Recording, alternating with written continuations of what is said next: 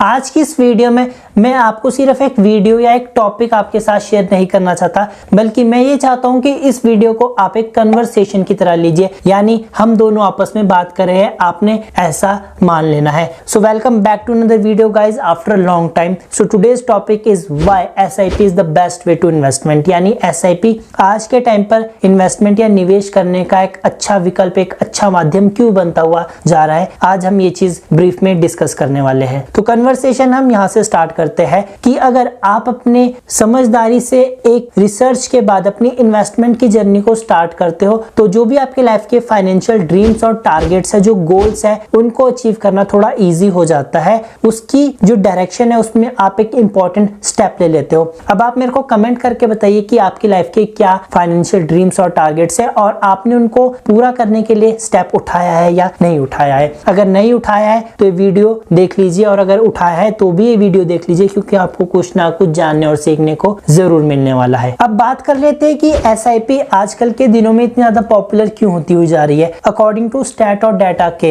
यहाँ पर 47% इन्वेस्टर्स का ये मानना है कि वो एसआईपी में इन्वेस्टमेंट करना ज्यादा पसंद करते हैं, यानी उनको ज्यादा अच्छा लगता है, इजी टू यूज है। और उन्हीं इन्वेस्टर्स के चलते एसआईपी दिन प्रतिदिन इतनी ज्यादा पॉपुलर होती हुई जा रही है। अब आपने भी अपने टीवी, अपने फोन, अपने इंटरनेट वेबसाइट्स वगैरह पे ये एड्स तो जरूर देखी होगी कि आप म्यूचुअल फंड में इन्वेस्टमेंट कीजिए, आप एसआईपी के थ्रू इन्वेस्टमेंट कीजिए। आपको एसआईपी में इन्वेस्टमेंट करने के लिए ज्यादा बड़ा अमाउंट नहीं, बल्कि 100, 200, इवन 500 रुपए से भी आप एसआईपी को स्टार्ट कर सकते हैं। इससे उन कंपनियों को तो फायदा होता है, लेकिन साथ में आपको भी होता है। अब जो पर्सन समझदार है, जो कि आप हो, आपको पता है कि सिर्फ अब सेविंग से काम नहीं चलने वाला, बल्कि मेरे को अपने पैसे को इन्वेस्ट भी करना पड़ेगा, और वहीं से ये जर्नी फिर आपकी स्टार्ट होती है। यहाँ पर हम बात करेंगे सिर्फ और सिर्फ आज की वीडियो में एसआईपी यानी सिस्टमैटिक इन्वेस्टमेंट प्लान। अब इसके ऊपर ऑलरेडी मैंने ब्रीफ में वीडियोस बनाई हुई है। अगर आपको और फर्दर और एडवांस में जानना है तो आप मेरे चैनल पर जाकर विजिट कर सकते हैं, लेकिन इस वीडियो को देखने के बाद। अब जिन लोगों को बिल्कुल नहीं पता या जो कि अभी इस जर्नी में शामिल हुए हैं, उनके लिए हम थोड़ा पीछे चलते हैं और थोड़ा स्क्रैच से स्टार्ट करते हैं कि व्हाट एसआईपी इज। तो एसआईपी से पहले हमारे को ये जानना पड़ेगा म्यूचुअल फंड्स क्या है। म्यूचुअल फंड्स आप सबको पता है। अब म्यूचुअल फंड में पैसे इन्वेस्ट करने के दो तरीके होते हैं। एक होता है एसआईपी यानी सिस्टमैटिक इन्वेस्टमेंट प्लान, और सेकंड वन इज लमसम यानी वन टाइम इन्वेस्टमेंट। इस चीज को आप समझिए आरडी और एफडी यानी रिकरिंग डिपॉजिट और फिक्स डिपॉजिट। फिक्स डिपॉजिट में क्या होता है कि आपको एक स्पेसिफिक टाइम पीरियड के लिए एक बड़ा अमाउंट इन्वेस्ट करना पड़ता है, और आरडी में क्या होता है,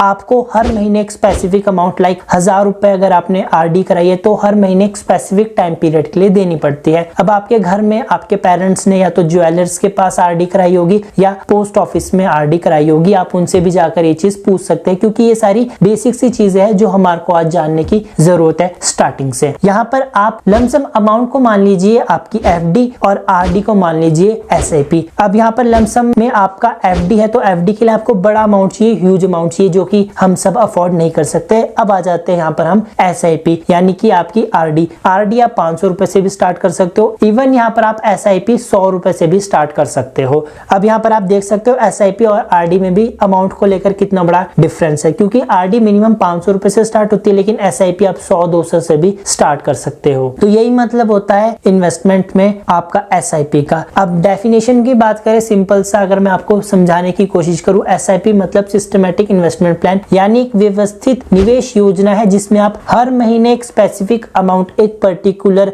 म्यूचुअल फंड में इन्वेस्ट करते हो, जो कि आपके फ्यूचर में आपको अच्छा रिटर्न देती है, यानी आपको अच्छा आरओआई रिटर्न और इन्वेस्टमेंट दे के जाती है। यहाँ पर तो बात हो गई एसआईपी की। अब यहाँ पर हम ये चीज समझ लेते हैं कि एसआईपी जो है उसके फीचर्स क्या है, क्यों ये इतना ज्यादा पॉपुलर हो रहा है, और ये चीज आपको जाननी भी जरूरी है। एसआईपी के अगर पहले फीचर की बात करें तो यहाँ पर हमारी रेगुलरिटी और डिसिप्लिन। अब यहाँ पर जैसे कि मैंने आपको स्टार्टिंग में ही बता दिया कि एसआईपी जब आप स्टार्ट करते हो तो आपको एक रेगुलर यानी हर मंथ एक स्पेसिफिक अमाउंट इन्वेस्ट करना पड़ता है। इससे क्या होता है, आपका एक रूल बनता है, आपकी एक रेगुलरिटी बिल्ड होती है, यानी एक नियमितता आपकी बिल्ड होती है कि हर महीने मेरे को एक स्पेसिफिक अमाउंट इन्वेस्ट करना है। इससे आप एक डिसिप्लिन में आते हो, आपकी एक हैबिट बनती है किस चीज की, इन्वेस्टमेंट की। जब आप रेगुलरिटी और डिसिप्लिन के साथ इन्वेस्टमेंट को फॉलो करते हो तो आप ये जानना चाहते हो कि मेरे को और ज्यादा प्रॉफिट कैसे हो सकता है, कैसे मैं अपने इन्वेस्टमेंट को कम टाइम में ज्यादा ग्रो कर सकता हूँ, मेरे को ज्यादा बेनिफिट और रिटर्न कहाँ मिल सकता है। इससे एक डिसिप्लिन बिल्ड होता है जिसके चलते आप फिर नॉलेज को एक्वायर करने लगते हो, फाइनेंशियल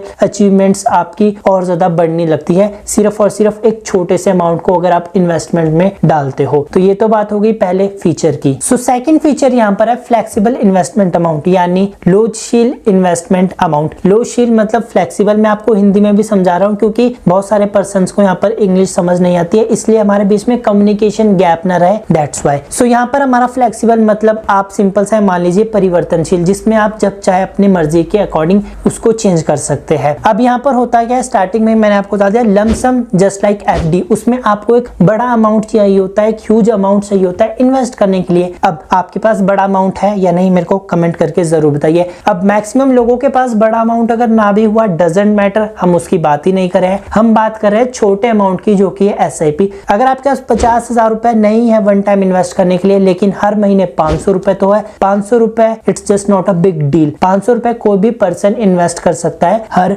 महीने, ताकि आप अपने फ्यूचर को सिक्योर कर सके। अगर आप अपने फ्यूचर को ही सिक्योर नहीं करना चाहते तो वो फिर आपकी मर्जी है, लेकिन कुछ ना कुछ जानना और सीखना तो हम सबको पड़ता है, क्योंकि आगे चलकर फिर आपकी जनरेशन भी तो आने वाली है, उनको आप क्या बताएंगे। इसलिए अभी टाइम है, जान लो और समझ लो। अब यहाँ पर एक टाइम है आपकी फाइनेंशियल सिचुएशन बहुत अच्छी है, आप अच्छा खासा पैसा कमा रहे हो, आपकी 50-60 हजार रुपए मंथली सैलरी है। अब यहाँ पर आपकी फाइनेंशियल सिचुएशन बेटर है यानी अच्छी है, तो यहाँ पर आप 5,000 रुपए महीना एसआईपी इन्वेस्ट कर सकते हो, जो कि अच्छी बात है। अब वही ऑन द अदर हैंड एक टाइम आता है इमरजेंसी सिचुएशन की, आपकी जॉब चली जाती है। अब यहाँ पर आपके पास अच्छी सैलरी नहीं है, तो यहाँ पर आपके पास लेकिन ऑप्शन है फ्लेक्सिबल अमाउंट का, आप उस 5,000 एसआईपी को 500 रुपए में भी शिफ्ट कर सकते हो। आपकी जॉब चली गई, आपने बोल दिया कि अब मैं ये अफोर्ड नहीं कर सकता, तो आप उस 5,000 को 500 पर ला सकते हो, या उस 5,000 की एसआईपी को स्टॉप करके 500 रुपए की एसआईपी को स्टार्ट कर सकते हो, या उसमें ही मॉडिफिकेशन कर सकते हो, जो कि बहुत इजीली आप कर सकते हो। तो यहाँ पर आपको एसआईपी में फ्लेक्सिबल अमाउंट की जो फैसिलिटी है वो प्रोवाइड करते हैं, और ये किसका एक सबसे अच्छा फीचर है। इसके करके ये जो एसआईपी है ये बहुत ज्यादा पॉपुलर हो रही है छोटे इन्वेस्टर्स के बीच में। इवन मैं खुद 2500 से 3,000 रुपए इन्वेस्ट करता हूँ, लेकिन एसआईपी के थ्रू। मेरी कोई भी वन टाइम इन्वेस्टमेंट नहीं है म्यूचुअल फंड में, हाँ शेयर्स में है, लेकिन एसआईपी म्यूचुअल फंड्स में बिल्कुल नहीं है। मैं प्रेफर करता हूँ एसआईपी को। सो यहाँ पर बात इन्वेस्टमेंट्स की हो रही है, तो हम बात कर लेते हैं एक और फीचर की जो कि एसआईपी में मिलता है हमारे को, वो है ऑटोमेशन इन्वेस्टमेंट। ऑटोमेशन का क्या मतलब है, नाम से ही आपको एकदम क्लियर होगा। ऑटो पायलट मोड पर जैसे हम अपने बिजनेसेस को डाल देते हैं, हमारी जो पैसिव इनकम होती है उस टाइप से। लेकिन यहाँ पर पैसिव इनकम की बात नहीं हो रही, यहाँ बात हो रही है ऑटोमेशन इन्वेस्टमेंट की। वो क्या है, अब मान लेते हैं कि आप हर महीने एसआईपी में अपने पैसे को इन्वेस्ट करना चाहते हो और आप कर भी रही है, लेकिन एक टाइम पर आपके दिमाग से चीज स्किप हो जाती है कि मैंने एसआईपी में पैसे इन्वेस्ट करने थे, और जो उसकी डेट है, जो एंड डेट है, वो भी जा चुकी है। सो डजंट मैटर, यहाँ पर आपको एक ऑटोमेशन का भी ऑप्शन मिलता है, यानी ऑटो पे का सेटअप देखने को मिलता है। जब आप वन टाइम में अपनी एसआईपी को स्टार्ट करते हो और जैसे ही आप वो प्रोसेस डन कर लेते हो, तो आपको एक नोटिफिकेशन आ जाता है आपकी मेल पर या उसी ऐप पर जिसके थ्रू आप ये एसआईपी को स्टार्ट करते हो, कि आप अपने सेटअप ऑटोमेशन इन्वेस्टमेंट को भी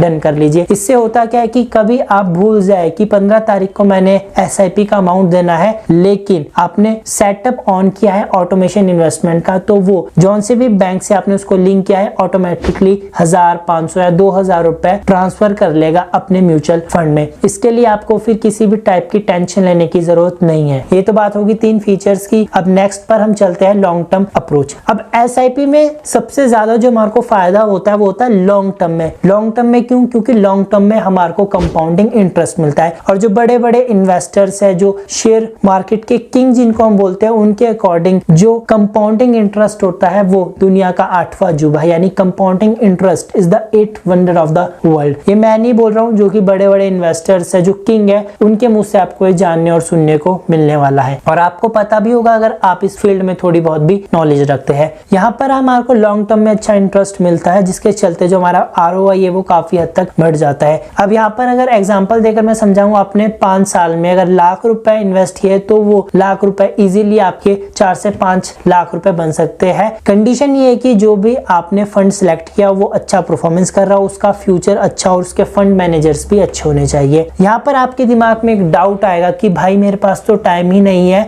हर महीने इसको चेक करने के लिए, मेरे पास इतना टाइम टाइम होता नहीं है कि मैं SIP में हर महीने इसको एनालाइज करूं, तो इसके लिए क्या करें। सो डोंट वरी, यहाँ से एक और इसका फीचर निकल कर आता है, वो है प्रोफेशनल फंड मैनेजर्स। जी हाँ, जब आप अपने SIP में पैसे इन्वेस्ट कर लेते हैं तो आपको सिर्फ उसका ओवरव्यू देखना पड़ता है, कैसे परफॉर्मेंस कर रहा है, कौन सा अच्छा जा रहा है, कौन सा अच्छा नहीं जा रहा है, कहाँ प्रॉफिट हो रहा है, कहाँ लॉस। लेकिन उस SIP के अमाउंट को एक्चुअल में कहाँ इन्वेस्ट करना है वो देखना आपका काम नहीं है, वो देखते हैं प्रोफेशनल फंड मैनेजर्स। जी हाँ, जब आप किसी फंड में पैसे इन्वेस्ट करते हो तो आपको उसका फंडामेंटल्स पता होना चाहिए। जैसे किसी शेयर्स में हम पैसे इन्वेस्ट करते हैं तो उसके फंडामेंटल्स चेकआउट करते हैं, वैसे ही म्यूचुअल फंड के भी कुछ एक फंडामेंटल होते हैं जो आपको चेकआउट करने पड़ते हैं। ऑलरेडी वीडियो बनाई हुई है, इसलिए बोल रहा हूँ, चैनल पर जाकर विजिट जरूर कर लेना। सो वो चीज आपको चेकआउट करनी पड़ती है कि कौन से फंड में हम पैसे इन्वेस्ट कर रहे हैं, उसका एग्जिट लोड क्या है, उसका एक्सपेंस रेशियो क्या है, और सबसे इंपॉर्टेंट जिस फंड में पैसे डाल रहे हैं उसके जो फंड मैनेजर्स है उनकी कैपेबिलिटी क्या है, उनकी कैपेसिटी क्या है, उनकी स्किल्स क्या है, वो कितने पढ़े लिखे हैं, एजुकेटेड है, उनका एक्सपीरियंस कितना, ये सारी चीजें मैटर करती है। क्योंकि फिर वो पर्सन हमारे पैसे को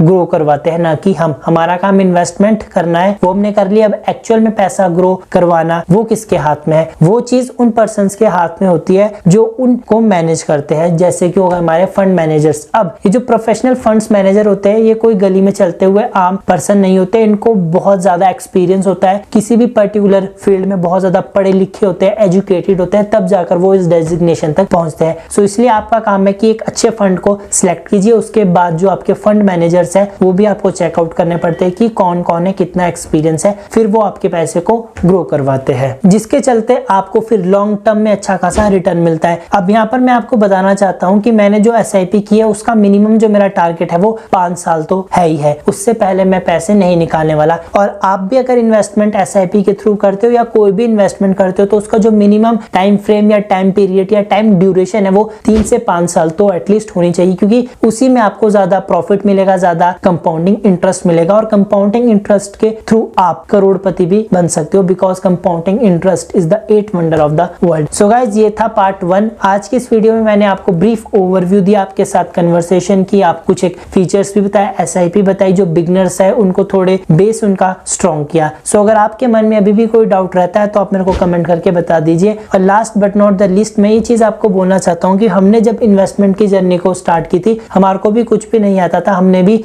लोगों से सीखा, जाना, और उसके बाद अपने बिहाफ पर रिसर्च की। और वही चीज मैं आपको बोलना चाहता हूँ कि आप जानिए, सीखिए सबसे, लेकिन एट द एंड जब आप इन्वेस्टमेंट को स्टार्ट करें तो अपने बिहाफ पर रिसर्च जरूर कर लीजिए, क्योंकि ये जो सारी चीजें होती है ये अगर रिवॉर्ड देकर जाती है तो रिस्क भी तगड़ा देकर जाती है। ये सारी चीजें आपको अपने बिहाफ पर रिसर्च करनी पड़ती है कि आपका रिस्क एंड रिवॉर्ड क्या है। जैसे कि ट्रेडिंग में हम यूज करते हैं, आप कितना रिस्क ले सकते हैं और कितना रिवॉर्ड आप कमाना चाहते हैं, इसलिए कहीं भी इन्वेस्टमेंट करने से पहले अपने बिहाफ पर रिसर्च जरूर कर लीजिए। सो आज की वीडियो में इतना ही, अब मिलते हैं आपसे अगली वीडियो में। उस वीडियो को देखने के लिए चैनल को सब्सक्राइब कीजिए, क्योंकि ये बेस है, उसमें मैं आपको बताऊंगा टॉप 7 रीजंस क्यों SIP में आपको इन्वेस्टमेंट करनी चाहिए, जिसके चलते आप इन्वेस्टमेंट की जर्नी को स्टार्ट कर सकते हैं। तो फिलहाल आज की वीडियो में इतना ही। Thank you so much.